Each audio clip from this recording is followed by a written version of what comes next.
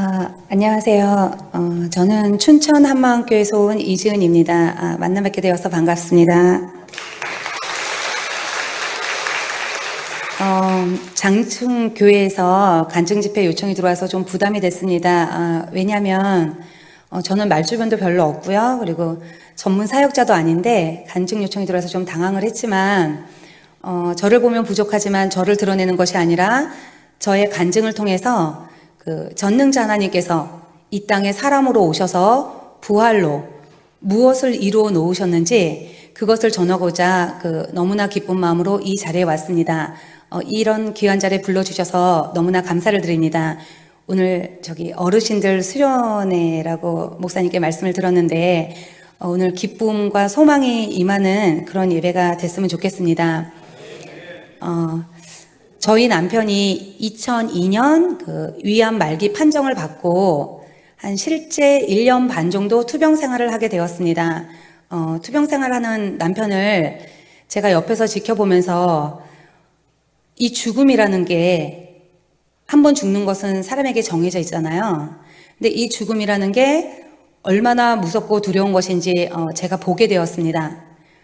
그리고 예수님의 부활의 복음이 어떻게 이 죽음의 공포를 한순간에 이렇게 딱 삼켜버리는 것을 실제로 경험하게 되었습니다. 그래서 오늘 이것에 대해서 간증을 나누려고 합니다. 제가 원래 말이 좀 상당히 빠른데요. 최대한 천천히 해보도록 하겠습니다. 좀 빨라지더라도 흥분하나 보다 이렇게 생각하시면 될 것 같습니다. 저는 남편이 이제 말기 환자니까 맨 처음에는 전이 안 됐다 그래서 수술실에 들어가서 이제 다 개복을 했는데 의사 선생님께서 부르셔서 이제 1시간 후에 들어갔더니 그 열어놓은 걸 다 보여주시더라고요. 그러면서 다 이렇게 전이가 됐다고. 촬영상에는 안 나왔는데 막상 열어보니까 십이지장도 이미 막혔고 그래서 수술할 수 없다. 그래서 이제 위 중간을 이렇게 꼬매는 문합 수술을 하겠다. 장을 이렇게 그러니까 시간을 벌어주는 거죠. 먹을 수 있도록. 이 수술만 해주겠다. 이렇게 얘기를 하셨습니다. 그래서 방법이 없었고 항암 치료밖에는 방법이 없었습니다. 네, 그때 하늘이 무너질 것 같았는데 2달 반 산다 그랬는데 1년 반 살았습니다. 항암 치료를 받는 동안 병원에 있으면서 암으로 죽어가는 사람들을 본의 아니게 많이 보게 되었습니다. 그러니까 지금은 호스피스 병원이라든지 이런 시설들이 많이 생겨서 임종을 앞두게 되면 대부분 이제 그런 시설들도 옮기잖아요. 근데 제가 있을 당시에는 병원에서 임종을 맞이할 수 있도록 해주셨습니다. 그래서 제가 원해서 본 게 아니고요. 그냥 자연스럽게 한 번 입원하면 한 15일씩 입원을 했었거든요. 그래서 자연스럽게 암으로 죽어가는 사람들을 보게 되었습니다. 그리고 저는 그때 당시 불교 신자였습니다. 지금은 예수님 믿는 사람들을 너무나 사랑하는데 그때는 교회 다니는 사람, 예수님 믿는 사람 너무나 싫어했습니다.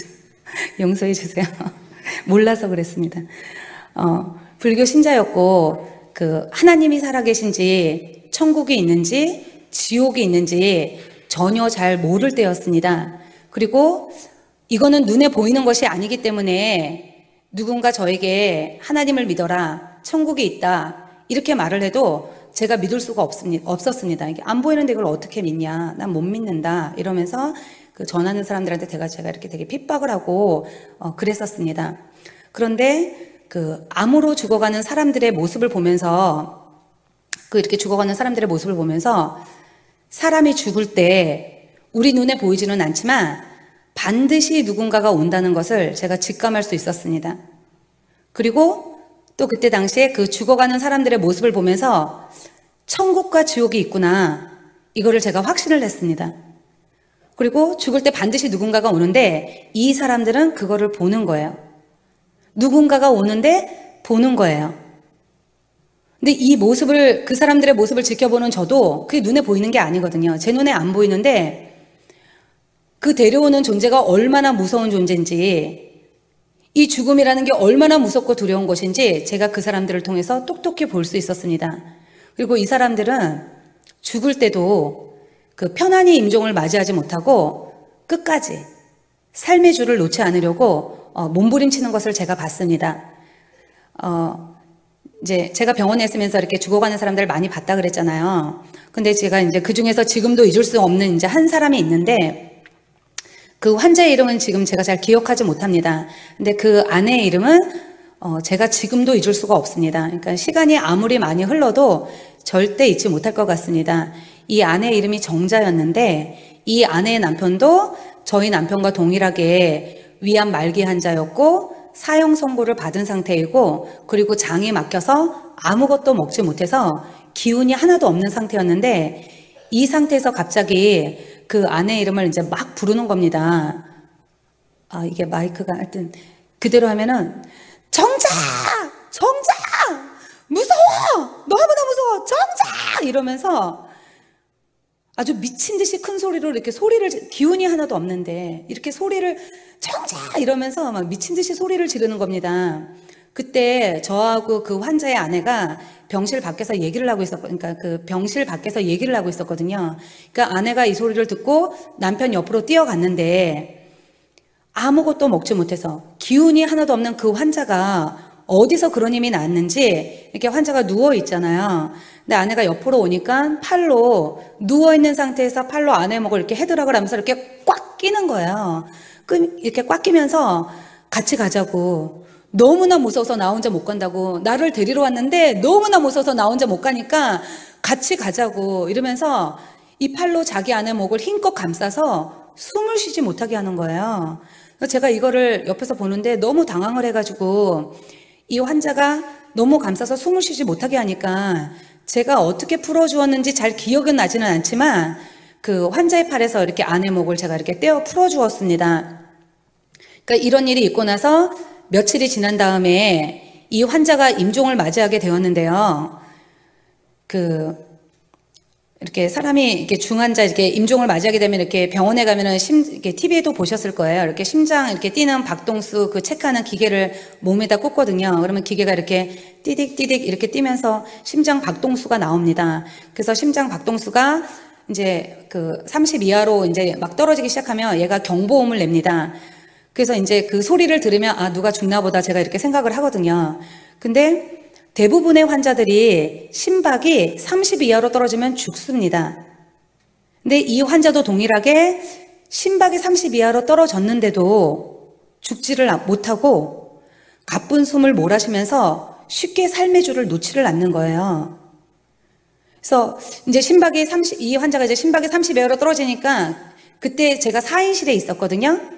근데 그때 명절이 끼는 바람에 두 분은 퇴원을 하시고 저희 신랑하고 그 환자하고는 저희 남편하고 그 환자하고는 말기였기 때문에 기계들을 너무 많이 달고 있어 퇴원이 안 돼요. 그래서 단둘이 있었거든요. 그러니까 소리를 따다다다 얘가 기계가 내면은 제가 이제 아, 이 사람 죽는구나 이렇게 생각을 했는데 심박이 30 이하로 떨어졌는데 갑자기 이 사람이 이렇게 숨을 끌어올리는 거예요. 그러면서 이렇게 가쁜 숨을 막 쉬는 거예요. 그 상태에서 조금 또 유지하다가 또 이제 심박이 30 이하로 떨어지는 거예요. 그래서 아, 이제는 죽나 보다 제가 이렇게 생각을 했더니 이분이 또 이렇게 끌어올리면서 다시 숨을 쉬면서 가쁜 숨을 쉬면서 다시 숨을 쉬는 거예요. 근데 이거를요 3일 동안이나 계속해서 반복을 하는 거예요. 제가 옆에서 이걸 지켜보는데 너무나 힘들고 너무나 고통스러워 보이는 거예요. 제가 지금 2번 정도 흉내를 냈는데 이게 쉽지 않거든요. 그러니까 제가 환자라면 저 사람이라면 너무 힘들고 고통스러워서 그냥 죽는 게 낫겠다. 제가 이 생각을 했는데 그렇지 못하는 거예요. 그리고 이 모습을 지켜보는 환자의 아내도 나중에는 지쳤습니다. 이 환자가 집이 지방이었기 때문에 이제 임종을 하면 앰뷸런스를 대기를 시켰어요. 이제 지방으로 내려가야 되니까. 그런데 이렇게 3일을 버티니까 나중에는 이 환자의 아내도 지치는 겁니다. 그리고 눈에 보이는 환자의 겉모습은 거의 말이 아니었습니다. 제가 과장돼서 얘기하는 게 아니라 그냥 있는 그대로 얘기하는 건데요. 이분이 눈에 실핏줄들이 있는데 이게 터져서 눈에서 피눈물이 나는 거예요.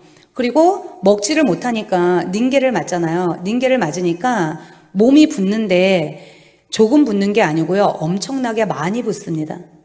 알아볼 수 없을 정도로. 그래서 그 병원에서 제일 큰 환자복도 맞지가 않는 거예요. 입힐 수가 없으니까 벗겨야 되는 상황인 거예요.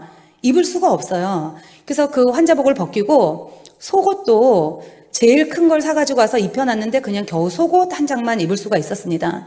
그리고 또 이제 사람이 임종할 때가 되면 장기 중에서 콩팥이 기능을 제일 멈춥니다. 그래서 소변이 정상적으로 배출이 되지를 못하고 이렇게 또아리를 틀면서 마치 고무풍선에 물을 가득 넣어서 그러면 이렇게 가득 넣으면 팽팽해지잖아요.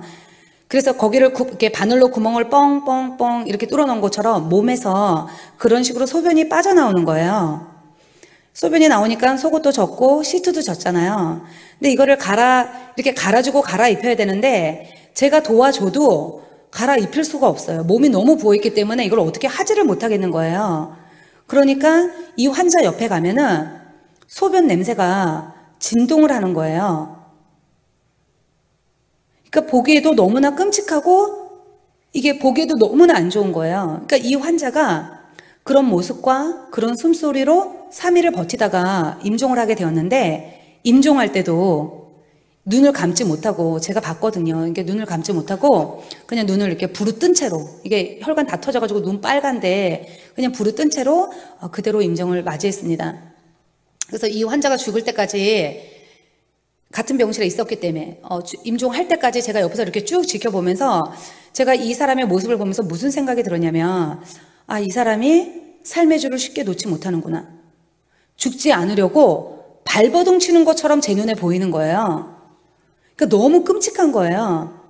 모양도 그렇고 숨소리도 그런데 죽지 않으려고 발버둥을 치는 거예요. 제 눈에는 그렇게 보였습니다. 근데 저희 남편도 그 환자와 동일하게 사형 선고를 받은 상태이고 그리고 본인이 저런 모습으로 죽는다고 생각을 하면 얼마나 무섭고 끔찍할까. 제가 이런 생각이 들어서 그 남편이 그 환자의 죽어가는 모습을 보지 못하도록 제가 이렇게 커튼을 쳐주었습니다. 그 왜 개인별로 커튼이 있잖아요. 커튼을 쳐주었고 그리고 이 환자가 숨소리뿐만 아니라 가끔 소리를 지릅니다. 근데 이 소리를 한 번만 이렇게 들으면요 소름이 그냥 쫙 끼칩니다. 그래서 그 숨소리와 그 소리 지르는 그 소리를 듣지 못하도록 제가 이렇게 남편의 귀를 막아주었습니다. 귀마개를 해줬는데 그런데 이미 아무 소용이 없었습니다. 이미 남편하고 저에게는 이 죽음의 공포가 그대로 임해가지고 그냥 아무것도 생각할 수 없는 이제 그런 상태가 되어버렸습니다. 이렇게 왜 넋이 나갔다 그러죠. 넋이 나간 사람처럼 멍하게 있는 거. 그렇게 있었습니다. 그러니까 남편이 두려워할까봐 보지 못하게 했지만 그냥 남편의 머릿속에는 죽음의 공포가 가득 찬 듯했습니다. 남편의 눈에는 어린 두 아이들도 보이지 않는 것 같았고요. 그리고 아내인 저도 보이지 않는 듯 했고요. 그리고 부모님도 안중에 없는 듯 했습니다. 이 사람 입에서 나오는 모든 말은 오로지 나 편안히 죽고 싶다. 나 저 사람처럼 저렇게 죽고 싶지 않다. 나 저거 싫어. 지은아, 나 저거 싫어. 나 편안히 죽고 싶어. 이것만 계속해서 반복해서 이것만 말하는 거예요. 이거 외에는 아무 말도 안 하고 이것만 말을 하는 거예요.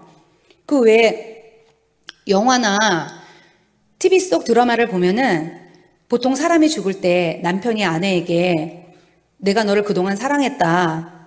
내가 죽은 다음에 아이를 잘 부탁한다. 우리 부모님 부탁한다. 이런 유언 하잖아요. 절대 유언 없고요.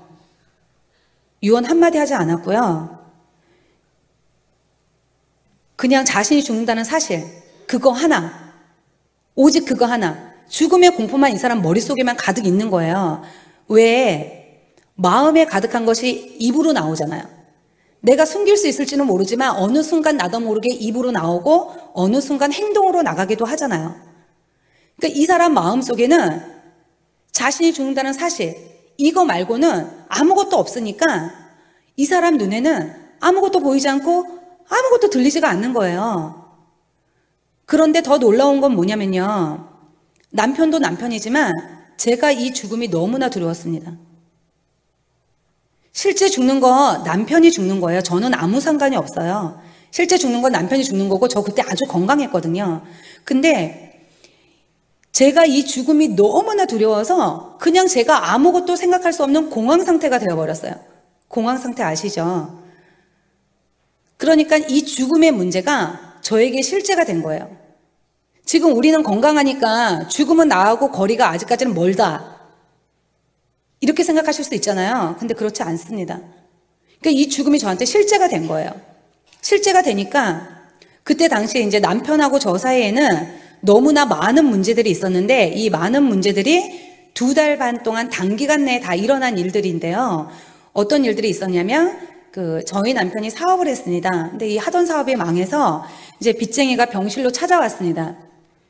그 하던 사업 중에 저희 신랑이 건축 쪽에 있었거든요.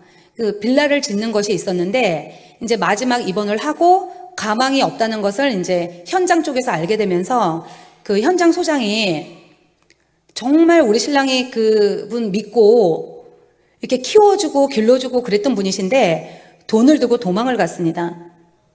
그래서 건축주가 저희는 그때는 몰랐는데 한참 후에 건축주가 이제 병원에 찾아왔습니다. 그래서 제가 그때 찾아왔고 그리고 제가 30 초반에 우리 보통 기반이라 그러죠. 기반을 다 잡아놨었습니다. 그냥 돈을 긁어 모으기만 하면 되는 상태였는데 그 상태에서 이렇게 된 겁니다. 근데 그때 목동에 집이 있었는데 차압이 들어오게 생긴 거예요. 그러니까 쫄딱 망했습니다. 차압이 들어오게 생겼고 그리고 아이들은 3살, 4살로 어렸습니다. 그리고 또 남편이 신용이 있다 보니까 신용 대출을 받아서 제가 이제 남편 회사 정리하면서 은행권을 정리하다가 알게 된 건데 이제 통장을 딱 찍었는데 이렇게 한국마사회, 한국마사회, 한국마사회, 한국마사회 경마로 빚을 탕진했더라고요. 이렇게 경마로 돈을 다 썼더라고요. 그러니까 저에게 경마 빚까지 안겨준 거예요. 그리고 회사를 운영할 수 없었기 때문에 친구에게 회사를 맡겼는데 이 친구가 정말 친한 친구고 어릴 때부터 친구였는데 회사 돈 다 빼돌리고 부가세도 내지 않고 상반기에 부가세도 내지 않고 제가 이제 정리하면서 안 거예요. 그래서 종합소득세는 또 올라가고 그러니까 저희 부부에게 엄청난 세금 폭탄을 안겨주었습니다. 그리고 여자로서 마지막 남은 선을 무너뜨리는 사건이 있었는데 그게 뭐냐면 남편의 외도 사실이었습니다. 저는 남편에 대해서 정말 이런 부분에 대해서는 0.0001%라도 의심을 해본 적이 없습니다. 단 한 번도 의심을 해본 적이 없어요. 그런데 어느 날 이 여자가 병실에 찾아왔습니다. 병원에 찾아왔습니다. 그래서 제가 그때 알았습니다. 제가 회사를 정리하다가 얼핏 소문으로는 들었는데 확인하고 싶지도 않았고 그런 사람이 아니었기 때문에 물어보지도 않았는데 병실에 찾아와서 제가 그때 알았습니다. 그리고 제가 돈을 좀 잘 쓰고 할 때는 주위에 사람이 많았는데 제가 쫄딱 망하게 생겼으니까 시댁이 그리고 친정 부모님이 또 친구들이 전부 다 이렇게 등을 돌렸습니다. 그러니까 이런 많은 이들이 한꺼번에 그냥 2달 반 동안 그냥 한꺼번에 이게 다 생긴 겁니다. 그러니까 그 전서부터 있었던 건데 그때 제가 이제 다 알게 된 거죠. 그러니까 이런 많은 일들이 한꺼번에 생기면서 그때 당시 제가 살아야 될 이유를 모르겠더라고요. 그냥 살아야 될 소망도 안 보이고 살아야 될 희망도 아무것도 안 보이는 거예요. 다 나를 버려도 되는데 나를 낳아주신 내 부모님이 돈 앞에서 등을 돌리시는 것을 보면서 물론 저희 부모님은 저에게 그런 말 한 이유는 네가 빨리 정신 차리고 일을 처리해라 이런 의도로 말씀을 하셨다고 그러셨는데 그때 당시 저에게는 그 말씀은 죽으라는 얘기였거든요. 그래서 이 돈 앞에서 친정 부모님이 등을 돌리시는 거 보면서 제가 마음에서 내가 이 세상에서 의지할 사람이 아무도 없구나. 이 세상에서 나를 도와줄 사람이 단 한 사람도 없구나. 나 죽어야 되는구나. 그래서 제가 머릿속에서 자살을 생각했습니다. 내가 도대체 여기서 뭘 하고 있는지를 모르겠는 거예요. 내가 왜 여기서 이런 미친 짓을 하고 있는지 도저히 모르겠는 거예요. 그냥 모든 것이 힘들고 그냥 이대로 끝내고 싶고 더 이상 아무것도 하고 싶지가 않은 거예요. 그리고 어린 두 아이들도 생각나지가 않는 거예요. 생각이 진짜 안 났습니다. 벗어나고 싶은 거예요. 죽고 싶고. 남편은 어차피 죽을 거니까 남편이 무슨 일을 했고 어떤 일을 했어도 제가 다 감당을 해야 된다고 생각을 했습니다. 이제 그것도 남편을 위해서라기보다 후회할까 봐. 남편이 죽은 다음에 내가 좀 더 참을 걸, 내가 좀 더 잘해줄 걸 하는 이런 마음이 들까 봐 남편이 어떤 일을 했고 무엇을 했어도 제가 다 감당을 해야 된다고 생각을 했고 실제도 감당을 하고 있었는데 이런 많은 문제들이 한꺼번에 생기니까 더 이상 하고 싶지가 않은 거예요.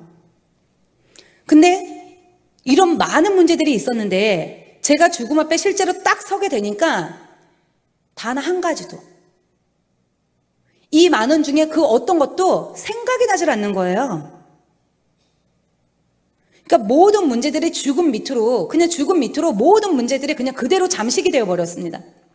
그러니까 제 눈에는 그냥 죽음만 보이는 거예요. 그래서 제가 그때 알았습니다. 인생에서 가장 큰 문제는 돈도 아니고 명예도 아니구나. 우리 인생이 명예나 돈을 쫓아서 살잖아요. 죽음 후에는 심판이 있다 그랬고 우리에게는 죽은 후에는 예수님을 만나잖아요. 죽음 앞에서는 이건 아무것도 아닌 거예요. 그래서 인생에서 가장 큰 문제가 죽음의 문제라는 것을 제가 그때 알았습니다. 이 세상에 어느 누가 이 죽음의 문제를 해결해 줄 수 있을까? 누가 이 죽음에서 벗어날 수 있을까? 돈은요, 없으면 사람마다 다 기준이 다르기 때문에 조금 벌든 많이 벌든 벌면 됩니다. 명예도 내가 원하면 노력해서 얻으면 돼요. 지금은 돈이 많으면 명예도 사기도 하잖아요. 명예도 원하면 얼마든지 얻을 수 있는데 죽음은 어떻게 할 수가 없는 거예요. 그래서 제가 그때 인생에서 가장 큰 문제가 죽음이라는 걸 제가 그때 알았습니다. 그래서 이 죽음 앞에서 그냥 남편하고 저하고는 그냥 공황 상태인 거예요. 해결을 할 수가 없으니까. 그리고 앞에 환자가 죽고 나서 며칠이 지난 다음에 밤에 잠을 자는데요. 그 병원에 가면은 환자 침대 있고 그다음에 이제 보호자가 눕는 보조 침대가 있잖아요. 이제 남편이 위에서 자고 제가 아래서 잠을 자는데 제가 피곤했었는지 어쨌는지 이렇게 하여튼 잠을 자는데 갑자기 남편이 발로 저를 이렇게 막 이렇게 뻥뻥뻥 막 이렇게 좀 높이가 있잖아요. 아래로 저를 막 뻥뻥 차는 거예요. 그래서 제가 놀라서 깼는데 남편이 막 울면서 화를 내면서 벌벌 떨면서 내가 너를 얼마나 불렀는데 왜 대답하지 않냐고, 내가 너를 얼마나 불렀는데 왜 일어나지 않냐고, 나를 데리러 왔다고, 너무나 무섭다고, 침대를 뺑 둘러쌌다고, 지은아 나 무서워 이러면서 그 다 큰 어른이 막 울부짖는 거예요. 침대를 둘러쌌다는 거예요. 근데 제가 그때 남편의 눈을 봤는데 눈이 공포에 질려 있는 거예요. 왜 어르신들 이런 말씀들 많이 하시죠? 죽을 때가 되면 몸이 허해져서 헛게 보이는 거라고. 근데 그렇지 않습니다. 제가 그때 남편의 눈을 봤는데 남편의 눈이 공포에 질려 있는데 그 공포가 그대로 저에게 오는 거예요. 제가 본 게 아닌데 그 공포가 그대로 저에게 오는 거예요. 분명히 남편은 뭔가를 봤어요. 제가 예수님 믿고 나서 알은 건데 죽을 때가 되면 영안이 열려서 자기가 어디로 가는지 안다는 것을 이제 제가 믿고 나서 알았습니다.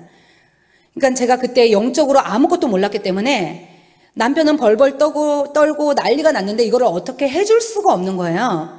그래서 그냥 제가 남편의 마음을 진정시키려고 했습니다. 여보 진정하라고, 내가 옆에 있다고, 아무것도 없다고 진정하라고 이렇게 진정을 시키려고 했습니다. 이런 일이 있고 나서 그 후에 2번 더 이런 일이 있었습니다. 이런 일이 있을 때마다 남편의 반응은 처음과 동일했습니다.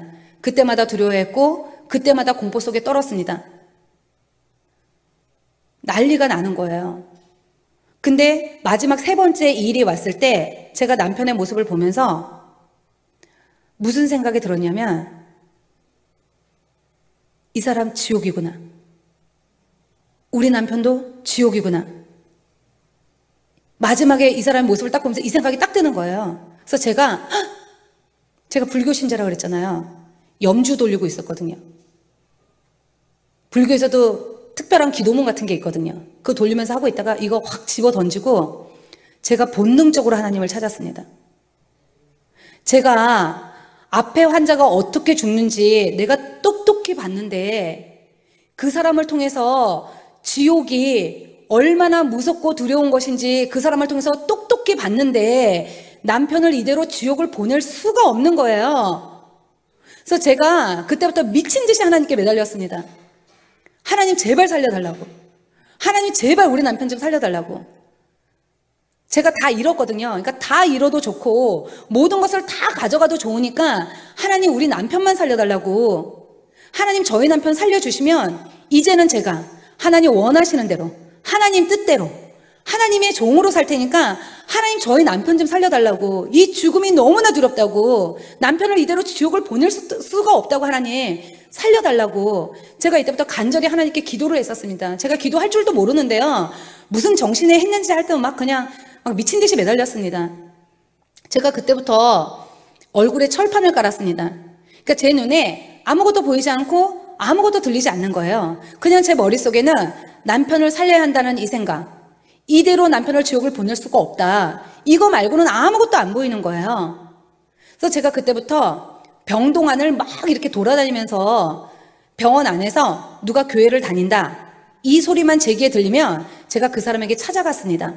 근데 그 사람이 환자가 되었던 보호자가 되었던 병문안을 온 사람이든 상관없이 찾아가서 제가 그 사람에게 저희 남편 죽습니다, 하나님께 살려달라고 기도 좀 해주세요. 제가 그 사람을 언제 봤다고요? 제가 그 사람 손을 잡고요, 데리고 왔다, 이러면 고상한 표현이고요, 끌고 오다시피 해서 저희 남편이 있는 병실로 데리고 와서 남편 앞에 앉혀놓고 저희 남편 죽습니다, 근데 저는 기도를 할 줄 모르니까 하나님께 저희 남편 좀 살려달라고 기도 좀 해달라, 이러면서 제가 이제 기도를 막 부탁을 했습니다. 그리고 또 제가 있는 병원은 기독교 병원이었기 때문에 원목실이 있었습니다. 그 원목실에 가면 암센터 담당 전도사님이 따로 계셨습니다. 그 전도사님에게도 제가 끊임없이 찾아갔습니다.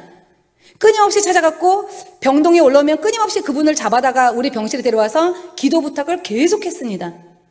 이게 병동에 소문이 날 정도로요, 저는 완전히 미친 사람이 되어 있었습니다. 제가 원래 되게 깔끔한 성격이에요. 보기에도 그렇게 생겼죠. 제가 원래 남한테 아쉬운 소리를 하거나 이렇게 뭔가를 부탁하거나 이런 거 하지 않습니다. 그냥 없으면 없는 대로, 안 되면 안 되는 대로 그냥 제 선에서 처리를 하지 이렇게 하지 않는 성격입니다. 그런데요, 이 죽음 앞에서는요, 자존심도 필요 없고요, 이 죽음 앞에서는요, 이성도 상식도 다 필요가 없더라고요. 그냥 남편을 살려야 한다는 생각, 이거 말고는 아무것도 없는 거예요.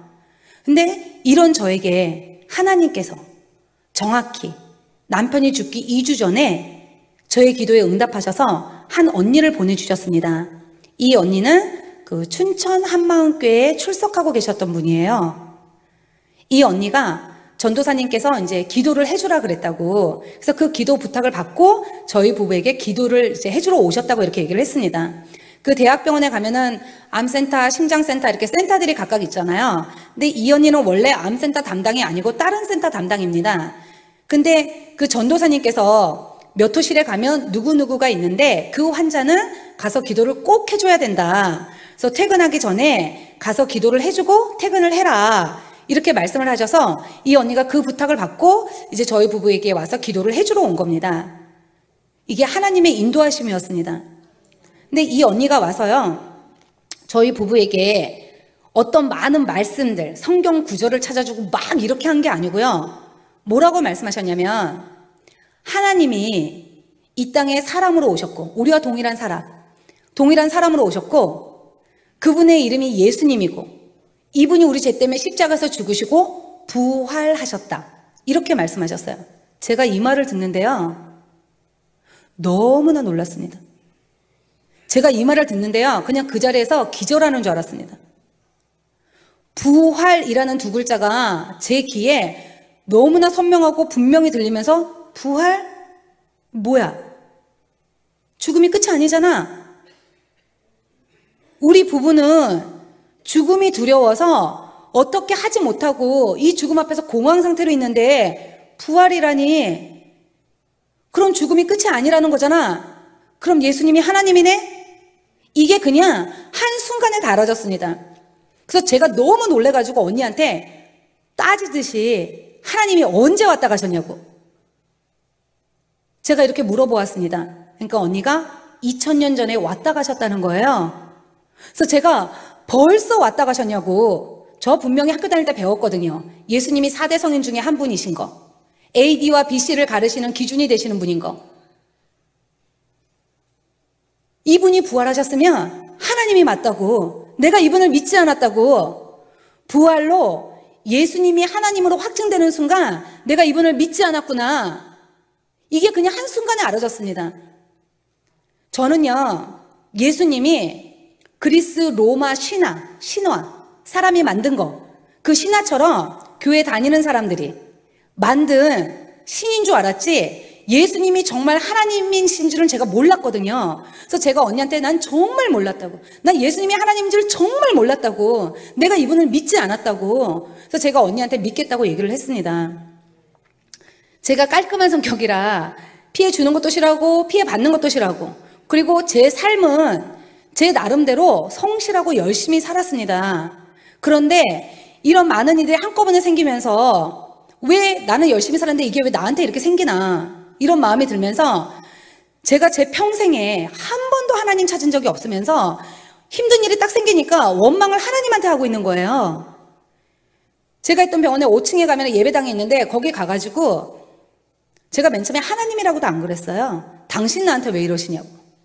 내가 뭘 그렇게 잘못해가지고 나는 착하게 산 죄밖에 없는데 왜 내가 이거를 한꺼번에 다 겪어야 되냐고, 왜 나한테 이러시냐고 막 하나님한테 따지다가 나중에는 하나님 제발 좀 살려달라고 그러면서 제가 무릎을 꿇었거든요.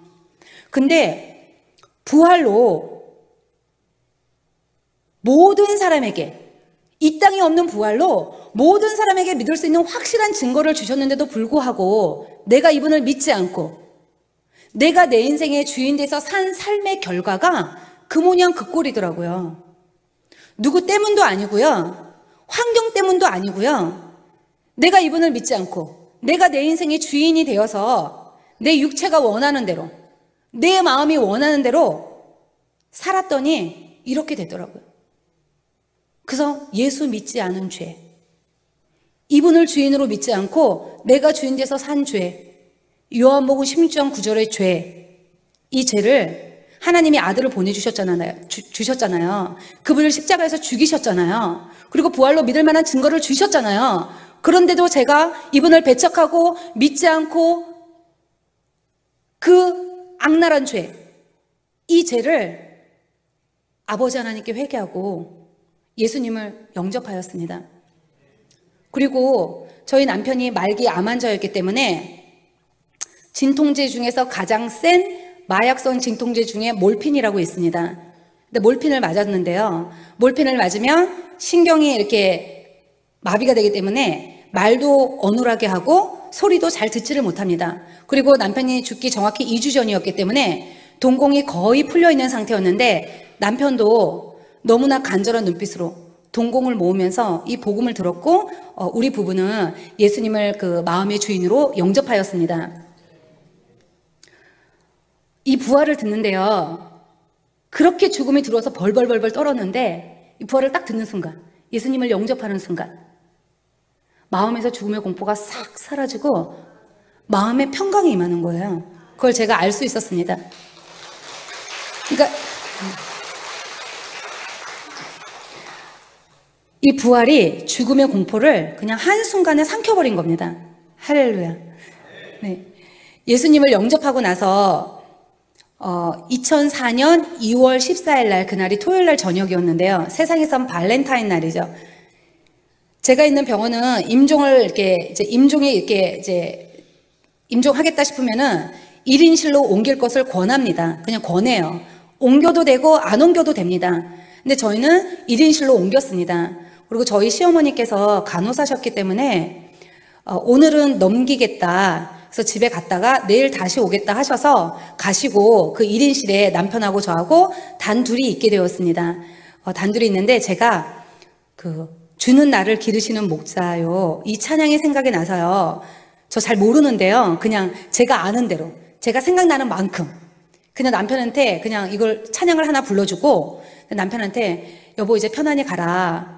내가 회사도 다 정리했고 모든 일 다 정리했으니까 당신 이제 편안히 가라. 그리고 천국 가서 하나님 만나면 내가 아이들을 잘 키울 수 있도록 당신이 직접 이렇게 하나님께 부탁을 해라. 제가 이렇게 얘기를 했습니다. 얘기를 하고 조금 있다가 이 얘기가 끝나자마자 조금 있다가 맥박이 막 떨어지는 거예요. 근데 맥박이 30쯤 되었을 때 놀라운 일이 벌어졌습니다.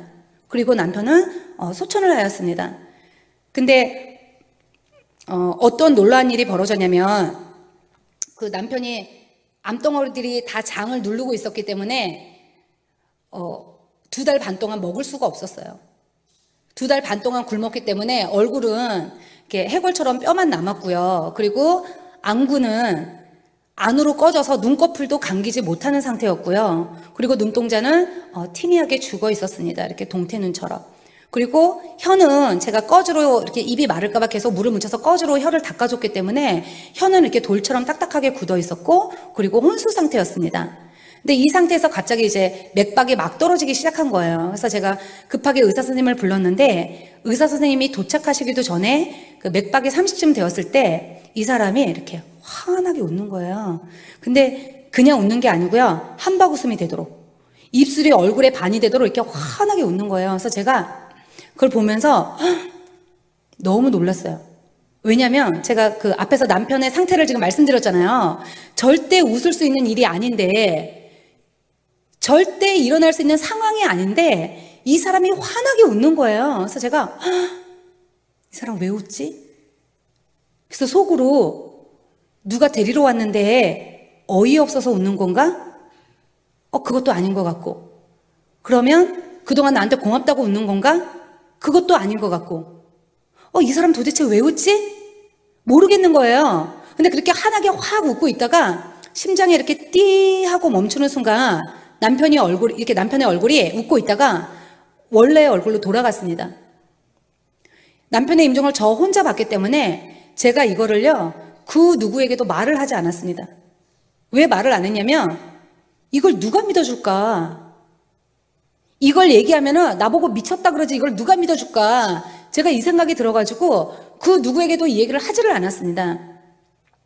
그 남편이 그렇게 임종을 하고 장례식을 치르고 저의 하루 일과가요, 아침에 일어나면 어린 두 아이들을 데리고 그 남편의 유골이 안치되어 있는 낙골당에 가서 시간을 보낸 다음에 오후가 되면 일산 호수공으로 넘어와서 이제 거기서 오후 시간을 보내는 거예요, 애들하고. 그리고 저녁이 되면 집으로 돌아갔습니다. 제가 이거를 계속해서 반복을 했습니다, 이 생활을. 왜 그렇게 했냐면, 아픈 남편이었어도 옆에서 함께 얘기하고 모든 걸 함께 하고 했었는데 이 사람이 없어지니까 애들은 어리지 말할 사람은 없지, 이 자리가 너무나 크고 이 빈자리가 너무나 크고 너무나 허전하고 어떻게 하지를 못하겠는 거예요. 그리고 또 좀 힘든 시간, 좀 힘든 일도 좀 있었습니다. 근데 제가 그래서 이걸 어떻게 하지를 못하니까 그냥 그런 삶을 사는 거예요. 근데 이제 그런 삶을 살고 있는 저에게 처음 부활의 복음을 전해주었던 그 언니의 권유로 그 2004년 5월 달에, 2월 달에 이제 남편 장례식 치르고 5월 달에 춘천 한마음교회를 가게 되었습니다. 그러니까 제가 태어나서 처음 교회를 간 거죠. 교회를 갔는데 강대상에서 목사님이 설교를 하시는데 어떤 말씀을 하셨냐면요, 그 목사님의 장모님의 소천할 당시를 말씀하고 계셨는데 목사님이 뭐라 말씀하셨냐면, 하나님이 네가 네 어머니를 사랑하는 것보다 내가 더 네 어머니를 사랑한다, 이렇게 목사님이 말씀하셨는데 저에게는 이 말씀이 이렇게 들리는 거예요. 지은아, 네가 네 남편을 사랑하는 것보다 내가 더 네 남편을 사랑한다. 지금 나와 함께 있다. 이게요, 신비한 음성이 들린 게 아니고요, 마음에서부터 큰아실 가운데 이렇게 확 들리는 거예요. 그래서 내가 이 사람 천국 갔네? 이 사람 천국 갔구나. 제가 이게 알아지면서 제가 애들한테 가가지고, 야 얘들아, 니네 아빠 천국 가셨어. 우리가 나중에 가서 만나면 돼. 제가 이렇게 애들한테 얘기를 해줬습니다. 그 다음부터 남편에 대한 모든 생각을 접었고요. 접으려고 노력을 한 게 아니고요. 천국 간 게 너무나 확실하고 맞으니까 내가 나중에 가서 만나면 되니까 그냥 남편에 대한 모든 생각이 그냥 일순간에 끊어졌습니다. 그리고 제가 그 뒤로 납골당도 가지 않았고요. 남편에 대해서 아주 조금도 그 어떤 생각도 하나도 나지가 않는 거예요. 그리고 이렇게 머리에 하얀 핀 꼽잖아요. 제가 이렇게 그거 이렇게 뽑아가지고 버렸습니다. 그 옷도 바로 개나리같이 노란 옷 입고. 아, 진짜 그랬습니다. 그래서 어떤 언니가 저한테 막 욕한 언니도 있어요. 너는 어떻게 남편이 죽었는데 그러고 다니냐고. 이게 너무 기쁜 거예요. 그래서 왜 남편이 죽고 나면 아내로서 가질 수 있는 마음들 있잖아요. 남편에 대한 안타까움이라든지, 남편에 대한 미안함이라든지, 남편에 대한 아쉬움이라든지, 그 어떤 것도 생각이 나지 않았고요. 마음의 평강이 임했습니다. 이제 이런 일이 있고 나서, 그러니까 춘천 한마음교회를 갔다 오고 나서 좀 시간이 지난 다음에 제가 하나님께 기도를 했었는데요.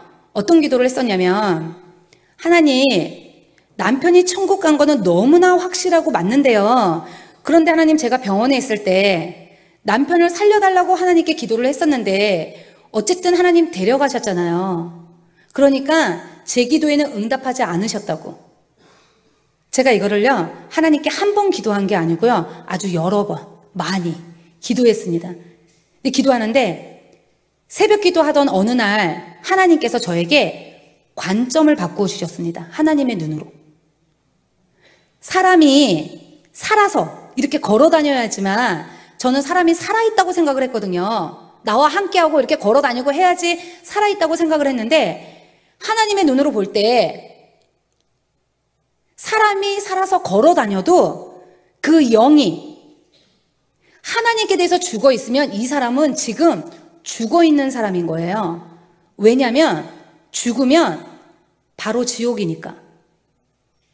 그리고 하나님의 눈으로 볼 때 사람이 죽었어도, 이 육신이 죽었어도 그 영이 하나님께 대해서 살아있으면 이 사람은 지금 죽은 사람이 아니라 살아있는 사람인 거예요. 왜냐하면 영원히 천국이니까. 그래서 제 이 기도 중에 이걸 싹 가르쳐 주시는데, 내 기도에 응답하셨구나. 우리 남편을 내 기도대로 우리 남편을 살려주신 것이 맞구나. 내 기도에 응답하셨네? 이게 알아지면서 그때부터 마음에 그 조금 이렇게 찌꺼기 같은 남아있는 그런 부분들이 싹 없어지면서 마음에 그때부터 완전히 평강이 임했습니다. 예수님이 부활하셔서 죽음이 끝이 아니라는 것을 우리에게 보여주셨고, 그리고 예수님이 부활하셨는데 이런 썩을 몸으로 부활한 게 아니고요. 이 몸은 썩잖아요. 그리고 약하고 병들어요. 근데 예수님은 이런 몸으로 부활하신 게 아니라 신령한 몸으로 부활하셨어요. 그래서 그 몸으로 천국에 사는 것을 우리에게 첫 열매로 보여주셨어요. 그래서 우리에게 부활로 산 소망을 주신 거 있죠. 살아있는 소망을 주셨기 때문에 제가 그때부터 더 이상 슬퍼하거나 뒤돌아보지 않았습니다. 이 부활의 복음이 죽음 가운데 고통받고 있고 갈 길을 모르고 헤매고 있는 저에게 이 부활의 복음이 저를 살렸습니다. 이 부활의 복음이 저와 남편과 아이들과 우리 가정을 살렸습니다. 남편 장례식 치르고서도 너무나 힘든 시간들이었는데 부활하신 예수님 한 분만 딱 붙들고, 제가 이분만 딱 붙들고 그 힘든 걸 다 이겨낼 수 있었고요. 너무나 길고 어둡고 깜깜한 터널이었는데 그 터널을 예수님 한 번만 딱 붙들고 이렇게 쭉 빠져나올 수가 있었습니다. 근데 빠져나올 때요, 남들이 절 볼 때는 그래 네가 종교라도 붙들어야지 네가 살지 그 상황에서 어떻게 살겠니, 이런 얘기 제가 참 많이 들었거든요. 그런데 저 힘든 줄도 몰랐고요. 그냥 세상은 온데간데 없고 그냥 주님하고 나만 보이는 거예요. 그리고 천지를 창조하신 이분이 내 아버지가 되신 거예요. 그래서 제가 너무 감격이 돼가지고 힘든 줄도 모르고 이제 거기를 쭉 빠져나온 거예요. 그래서 저에게 이 복음을 전해주신 언니를 생각을 하면요, 지금도 너무나 감사합니다. 제가 주위 분들에게 그런 얘기 자주는 아니지만 그래도 이렇게 자주 합니다. 가끔 하는데 이 언니에게는 뭘 줘도 아깝지가 않다고. 돈 빼고 다 줬습니다. 왜 그러냐면 제가 만약에 이 부활의 복음을 듣지 못했다면, 만약 저에게 이 부활의 복음을 전해주는 자가 없었다면 저는 아마 이 세상에 없는 사람이었을 것입니다. 왜냐하면 제가 자살을 생각했었기 때문입니다. 그러니까 지금 생각만 해도 너무 아찔하고 끔찍한 거예요. 나 이거 못 들었으면 어떡할 뻔했나. 이렇게 풍요로운 삶이 있는데. 나 이거 못 들었으면 어떡할 뻔했나. 정말 복음을 전하는 자의 발이 아름답습니다. 제가 이 복음을 듣고 제가 살아나고 나서 나 같은 사람이 있겠구나.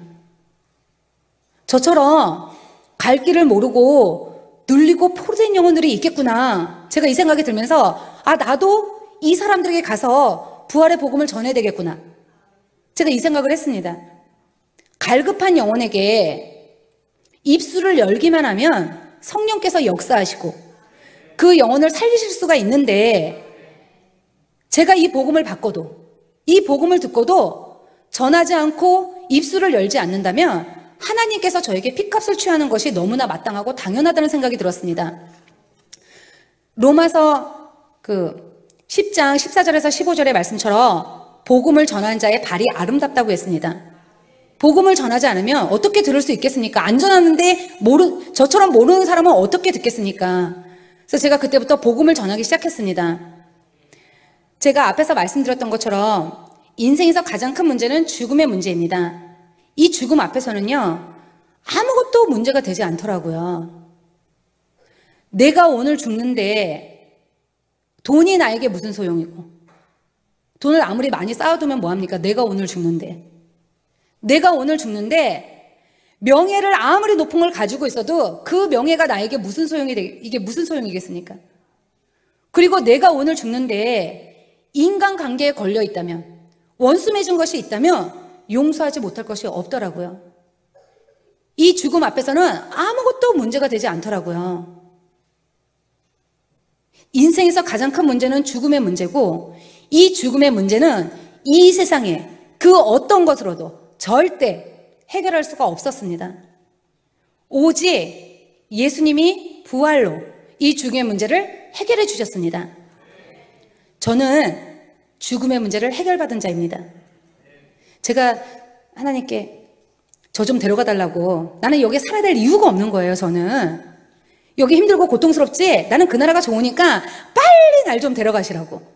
제가 얘기도 여러 번 했거든요. 근데 하나님이 사명이 있다고, 감당하고 오라고. 전능자 하나님께서 이 땅에 사람으로 오셔서 부활로 인생에서 가장 큰 죽음의 문제를 해결해 주셨습니다. 예수님이 십자가에서 죽으시고 부활하셔서 사망의 권세를, 마귀가 이 사망의 권세를 잡고 있는데 이 권세를 깨뜨리셨고, 승천하셔서 지금 하늘 보좌 우편에 살아계시고, 그리고 하늘과 땅의 모든 권세를 가지시고 만왕의 왕이시고 만유의 주인이신 이분이 내 안에 들어오셔서 지금 나와 함께 하시는데 아무것도 문제될 것이 없었습니다. 죽음의 문제를 해결받았는데 뭐가 문제가 되겠습니까? 이분이 나와 함께 하시는데 못할 것이 없더라고요. 제가 이게 알아지면서 너무나 이게 막 마음이 감격이 돼가지고요. 빌립보서 4장 13절의 말씀처럼 나에게 능력 주시는 자 안에서 내가 모든 것을 할 수 있다. 바울의 고백이 무슨 고백인지 제가 알게 되었습니다. 저는 인생에서 가장 큰 것을 해결받았습니다. 죽으면 이 썩은 몸 벗고 신령한 몸을 입는데 이분이 나와 함께 하시는데 두렵지가 않은 거예요. 제가 33살에 혼자 됐거든요.